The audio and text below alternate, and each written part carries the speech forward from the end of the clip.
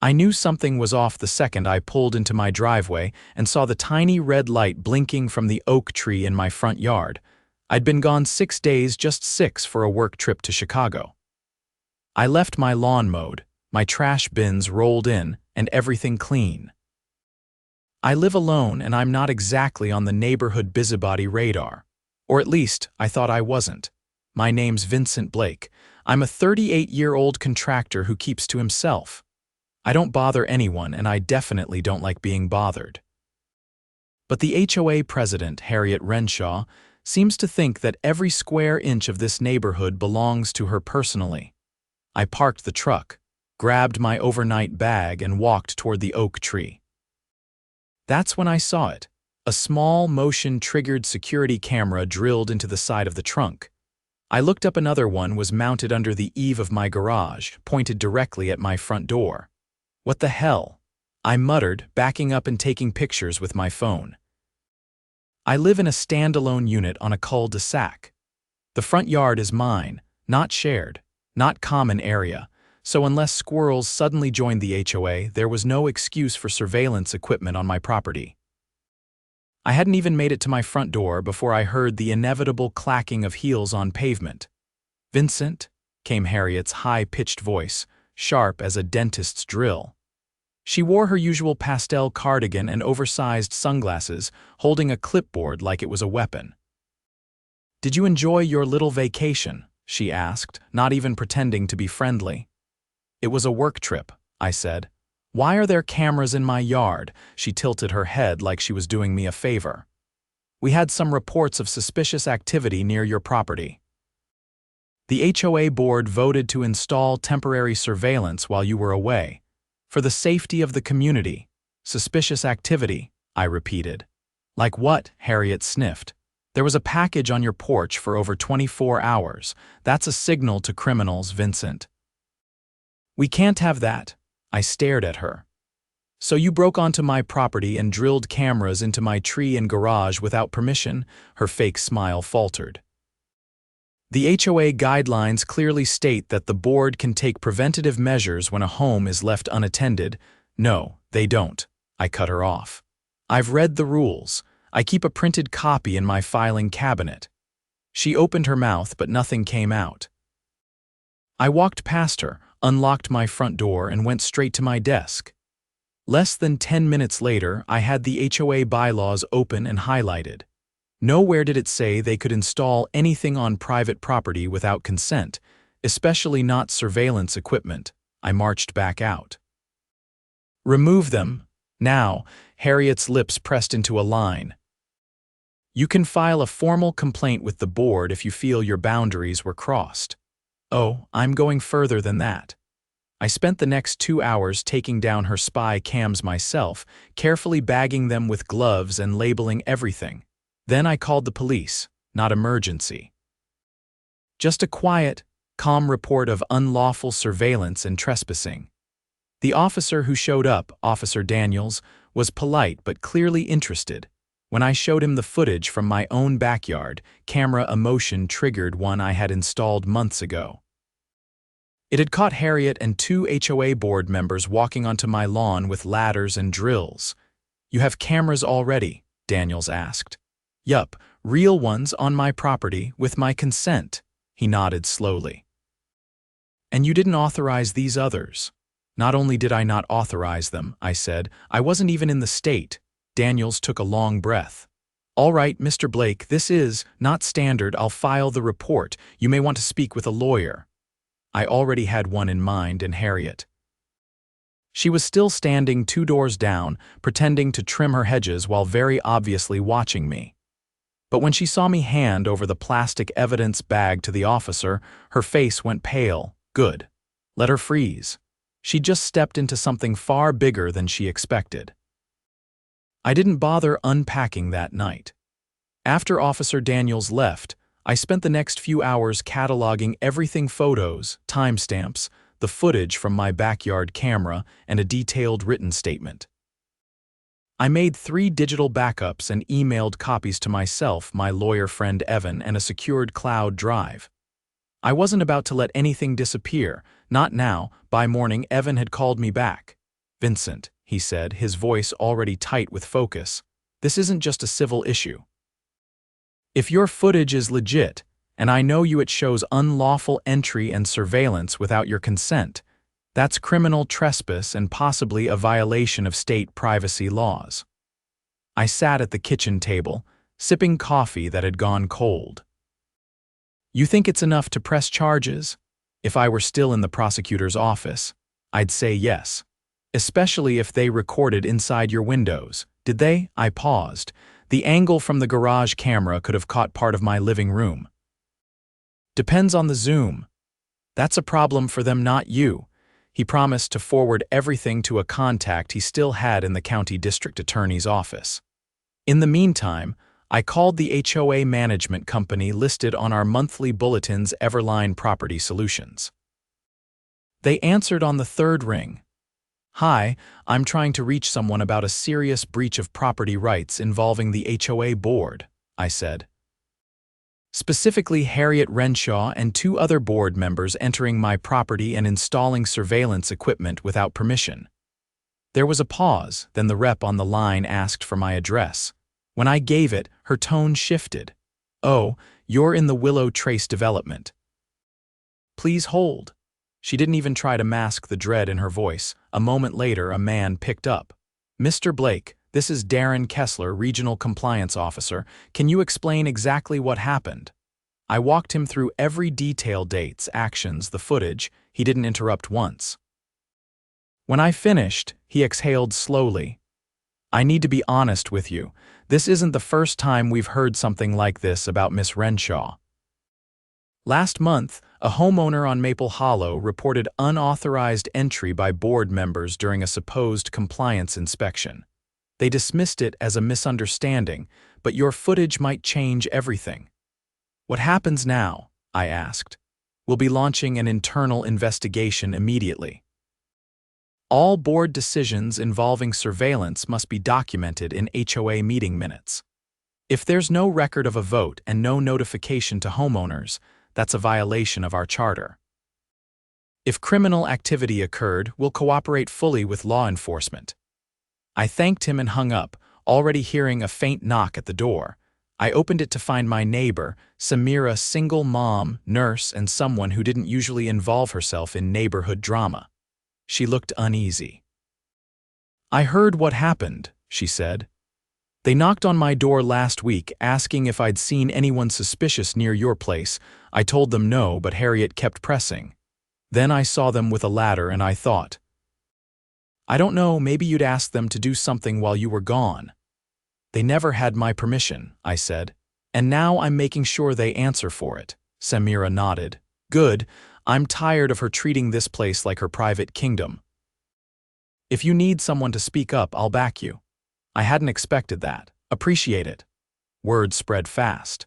By evening, 3 more neighbors had stopped by to share similar stories of strange HOA visits, and one, a retiree named Mr. Callahan, who handed me a folded piece of paper. I used to be on the board years ago, he said, before Harriet took over. This is a copy of the original bylaws and amendments. Compare it to whatever she's handing out now. I think you'll find some creative edits. He didn't stick around, just tipped his cap and walked off. Back inside, I laid the old document next to the latest version sent out last quarter. It didn't take long to notice the changes. Harriet had inserted a vague clause allowing temporary monitoring measures during security concerns, but she'd removed the requirement to notify homeowners in writing. It wasn't in the legally filed version with the county clerk, only on the copies she distributed in the newsletter. Forgery. I snapped pictures of both documents and forwarded them to Evan. He called back within minutes. She's in real trouble now, he said. Altering official HOA rules without a proper vote and distributing false copies, that's fraud, and if she used those altered rules to justify surveillance, that's intentional deception to cover criminal behavior. You've got her. By the next morning, everything had escalated. I got a call from Officer Daniels. Mr. Blake, just wanted to update you. We've opened a formal investigation and seized the surveillance equipment. Our tech department found internal storage those cameras weren't just transmitting. They were recording locally. Anything useful? There's footage of various residents' houses, including yours. Some audio too. We'll be contacting others. The DA's office is reviewing everything. I thanked him, hung up, and looked out the window. Harriet's SUV was gone. That afternoon, a certified letter arrived summoning me to a special HOA board meeting that Saturday. The letterhead was official, but the tone was pure damage control. A community discussion regarding concerns raised over volunteer security efforts. I showed up early. The community clubhouse was already half full. Residents filled the folding chairs, clutching copies of the meeting notice. A few whispered when they saw me walk in. I nodded politely and took a seat in the second row. Harriet arrived 10 minutes late, flanked by the two board members from the video, Ken and Lorraine. They looked rattled. She stepped up to the podium with a forced calm. "Thank you all for coming. We'd like to address some unfortunate misunderstandings regarding recent safety measures taken while one of our residents was traveling." Murmurs rippled through the room. I stood up. "Before you go any further, I have copies of the original bylaws and the altered versions you've been distributing. I also have video evidence, police reports, and confirmation from Everline Property Solutions that no vote was taken to authorize surveillance." Gasps now. Someone in back stood up. "Callahan. She altered the rules," he said. "I helped write the originals. What she handed out isn't just misleading, it's criminal." Harriet's voice cracked. "This isn't the time or place to air accusations. It absolutely is," said Samira, rising beside me. "You trespassed and recorded people without their knowledge." Ken looked like he wanted to disappear into the floor. Lorraine kept her eyes fixed on the table. I turned to the crowd. "I've submitted everything to the police and the DA. And I know I'm not the only one who's been harassed, fined, or intimidated under fake rules. It ends now." The room erupted. People shouted over each other's stories of fines for garden gnomes, threats over paint colors, intimidation tactics. For the first time, Harriet wasn't in control. That night, Darren Kessler from Everline called again. "We've suspended the Willow Trace Board pending our internal review. A temporary oversight committee will be formed with resident volunteers. We're recommending legal counsel to Harriet and the others." I didn't celebrate, not yet. But I stepped outside, stood in the quiet of my newly camera-free yard, and breathed easier than I had in months. For once, power hadn't protected the people who misused it. And the community? It didn't belong to Harriet anymore. The Monday after the emergency meeting, I woke up to find a plain white envelope on my porch. No stamp, no return address, just my name scrawled in shaky handwriting. Inside was a single sheet of paper, a printed email thread between Harriet and someone named GB. The dates lined up with the week I was out of town. The subject line read, "Surveillance install," and the last message simply said, "Make sure it's angled to catch the window." I want to know what he's hiding. I read it twice, then a third time. That wasn't just paranoia or overreach. That was intent. She wasn't trying to protect the neighborhood, she wanted dirt on me. I took the letter straight to the precinct and handed it to Officer Daniels. He read it in silence, then leaned back in his chair. "This changes things," he said. "We're forwarding this to the district attorney's office." If the cameras were directed toward interior spaces and there was intent to monitor private activity, that falls under felony surveillance statutes. I asked him if GB meant anything to him. "Possibly Gary Benson," he said. "He's done third-party work for a few HOAs in the county. Former security contractor, lost his license 5 years ago for installing hidden cams at a commercial property without permits." "How's he still taking jobs?" Daniels raised an eyebrow. "Because some HOAs hire under the table. No background checks, no contracts. Just cash and silence." That made my stomach turn. On the way home, I stopped by Samira's house. She was on her porch pulling weeds from a flower bed. "Did you get anything weird on your porch?" I asked. She shook her head. Just the usual HOA newsletter. Why? I handed her a copy of the printed email. She read it slowly, her expression tightening. She was spying on you on purpose. Looks like it. Samira looked toward Harriet's house. The blinds were drawn tight. She's not just overstepping, she's dangerous. I nodded. If she sent someone like Benson around here, who knows what else he's done? That night, I dug deeper. I searched public records, court filings, news archives. Harriet had no criminal record, but Gary Benson's name came up in a 2018 civil suit where a homeowner sued an HOA for invasion of privacy. The HOA settled. Gary's name was listed as a contracted technician. I called Evan and gave him the details. Start documenting everything tied to Benson, he said. If Harriet paid him out of HOA funds, that's misuse of association money. Combine that with illegal surveillance and altered bylaws. That's enough for a grand jury. A day later, the first subpoena landed. It went to Everline Property Solutions, demanding financial records, meeting minutes, and any communication logs between the HOA board and third-party contractors. Word traveled fast. By Wednesday, residents were knocking on my door not just to share their stories, but to ask what they could do. A guy named Pete, who lived on the far end of the block, handed me a flash drive. I installed a dash cam a few months ago, he said. Caught some footage of a guy in a dark hoodie going into your backyard the second night you were gone. Figured it might help. I uploaded the video. The timestamp matched the day before Harriet placed the cameras. The man's face wasn't visible, but he carried a long black case and wore gloves. He walked along the side of my house, looked around, and disappeared behind the tree line. I forwarded the clip to Daniels and Evan. The next morning, the sheriff's department executed a search warrant on Harriet's house. I stood across the street with a few neighbors as two officers carried out hard drives, folders, and a small black toolbox. Harriet wasn't home, or at least, she wasn't answering.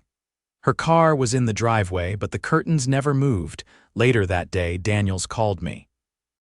They found receipts, he said. Cash withdrawals from HOA reserves in small amounts, all within the week you were gone, totaling over $2,000, enough to pay someone like Benson under the table. Did they find him?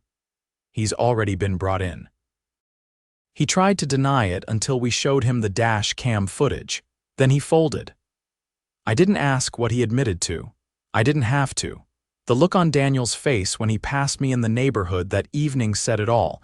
Harriet was arrested the following morning. The official charges were extensive: unauthorized surveillance, criminal trespass, misuse of HOA funds, and falsification of association documents. But what really made my jaw drop was the last one: conspiracy to violate state privacy laws. That meant she hadn't just acted alone. She'd coordinated it. The board members, Ken and Lorraine, were brought in for questioning. Lorraine lawyered up immediately. Ken, on the other hand, showed up at my doorstep that evening. I didn't know what she was really doing, he said, his eyes bloodshot. She told us it was about safety. That she had a tip someone was using your property to move stolen goods. I crossed my arms. Did you see any evidence?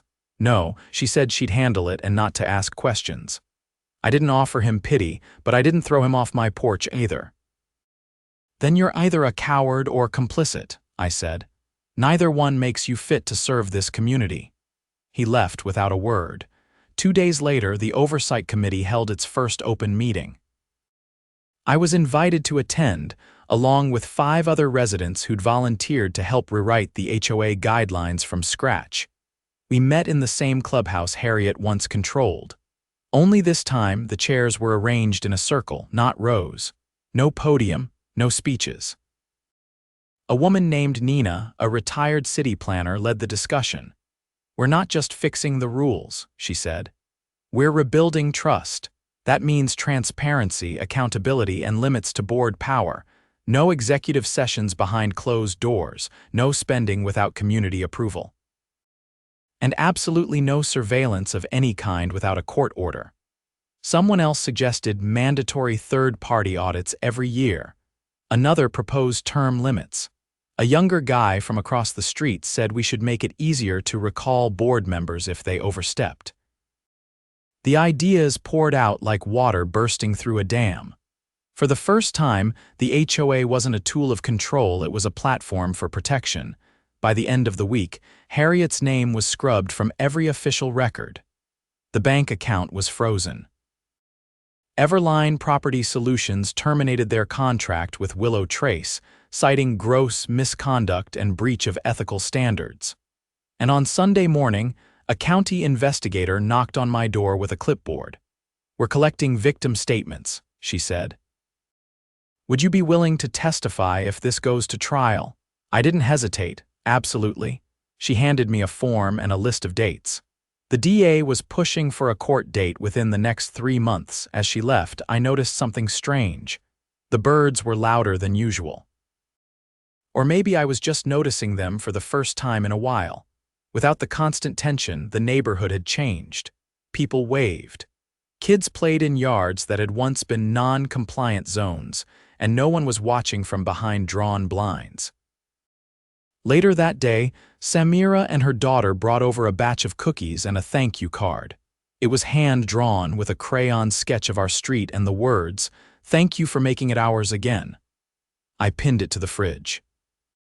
That night, I walked the length of the cul-de-sac just to see it all with fresh eyes.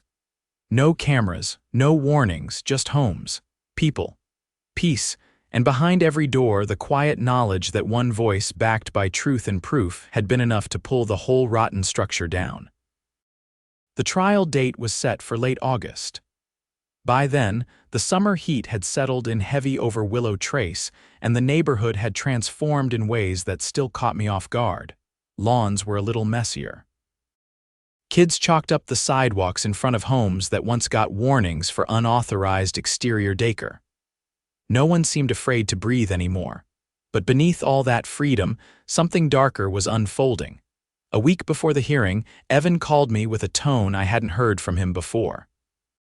"There's a development," he said. "Harriet's attorney just filed a motion to suppress the surveillance footage from your yard. They're arguing that since the cameras were installed with the intent of public safety, any footage collected was part of a community security initiative and therefore not admissible as evidence of wrongdoing." "That's ridiculous," I said. "She never had the board's approval." "The management company already confirmed it. She's playing for time," Evan said, stalling, hoping the court gets tangled in technicalities. I paced the kitchen. "So what's our move?" We go around it. "The audio recordings from inside the cameras, those weren't just visual surveillance. They picked up conversations from your porch, your entryway. That's not security. That's wiretapping without consent. It's a felony." "Will the DA use that angle?" They're already drafting the revised charges, and the state attorney's office is watching. This case is becoming a test balloon for how far HOA boards can stretch their authority. 2 days later, I was asked to testify in a closed-door deposition with the assistant district attorney, a woman named Lynette Graves. She was sharp, methodical, and didn't waste words. "Did you ever give verbal or written consent for any surveillance to be installed on your property by the HOA or its board members?" "No." "Did you receive any notice, physical, electronic, or otherwise, informing you of surveillance being activated in your yard or on your home?" "Nothing." "Not even a call?" She nodded once, then tapped her pen on her legal pad. "And when you returned from your trip, who informed you of the cameras?" "Harriet Renshaw." "She said the board had voted on it, called it a temporary safety measure. Was there any documented record of such a vote?" "No, and Everline Property Solutions confirmed that." Lynette looked up at me. "And did Miss Renshaw give any indication that the cameras might be pointed at your windows or inside your home?"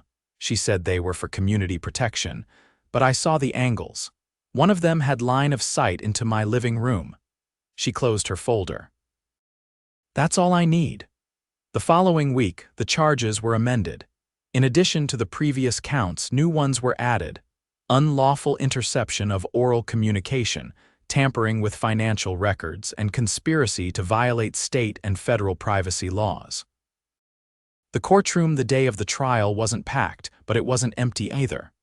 A few of the original HOA board members showed up, sitting in the back row trying to blend in. I noticed Ken, eyes down, fingers fidgeting with his cuff. Lorraine didn't appear. Harriet entered wearing a conservative gray blazer, her hair tied back, face unreadable. She walked like someone convinced she still had control, but her attorney's posture told a different story. He moved with the caution of a man who knew the ice beneath them was thin and cracking. The prosecution laid out their case with brutal clarity, the emails suggesting intent to spy, the footage showing unauthorized access to my property, the financial records indicating cash withdrawals from HOA reserves spread across multiple days, each structured to stay under mandatory reporting thresholds. And most damning of all, the audio files from the cameras. One of them had picked up Harriet's voice, barely above a whisper. Angle it more left. I want to see what's inside when the blinds are open. Her attorney objected, argued context, claimed she was referencing property lines. The judge overruled. When I took the stand, I didn't rehearse anything. I didn't need to. Every moment of the past 3 months had been burned into my memory. She didn't just break the rules, I said. She rewrote them, then used those fake rules to justify spying on me. And when the board didn't back her, she went around them. This wasn't about safety, it was about control. The defense tried to paint me as hostile, uncooperative, even paranoid, but they couldn't explain why 3 other residents had also come forward with similar stories. Or why the bylaws they submitted didn't match the ones filed with the county clerk. When the verdict came down, it didn't take long, guilty on all counts. The judge sentenced Harriet to 18 months in state prison, with 5 years probation and a permanent bar from serving on any residential board or association. Gary Benson, the man she hired, took a plea deal in exchange for testimony and got 12 months and a hefty fine. The courtroom was silent when the sentence was read. Harriet didn't look at anyone as she was let out. No final speech, no attempt at redemption, just silence. Afterward, in the hallway, Lynette approached me. "This case is going to set precedent," she said. "We're already drafting new legislation to limit HOA surveillance authority statewide. You did more than protect your home. You made law." I didn't need recognition, but I appreciated the weight of what she said, because I wasn't the only one who'd felt powerless under someone like Harriet. I was just the one who finally pushed back hard enough to break something. 2 months later, the new Oversight Committee held its first community vote. Gone were the vague rules, the unchecked authority of a single board president. Every policy had to be approved by a 2/3 majority of homeowners. Financial transactions were logged publicly online. And most importantly, a clause was added that prohibited surveillance of any kind on private property without a court-issued warrant. Samira was elected to the new board. So was Pete. Even Mr. Callahan came back as an advisor, this time not to dictate but to guide. One evening, as I was repainting the trim on my garage, Callahan stopped by with a small wooden box. "This was from the first board meeting we ever held," he said. "Back when we actually believed in community, thought you ought to have it." Inside was a brass gavel, polished but old. Engraved on the side were the words, "For the people, not over them." "I don't want to run anything," I said. Callahan laughed. "Don't need to. Just keep reminding the ones who do why they're there." I kept the box on a shelf in my garage, not as a trophy, as a reminder, because power, even small, suburban, clipboard and cardigan power, can rot if no one's watching, but this time we were, all of us, and not a single camera needed.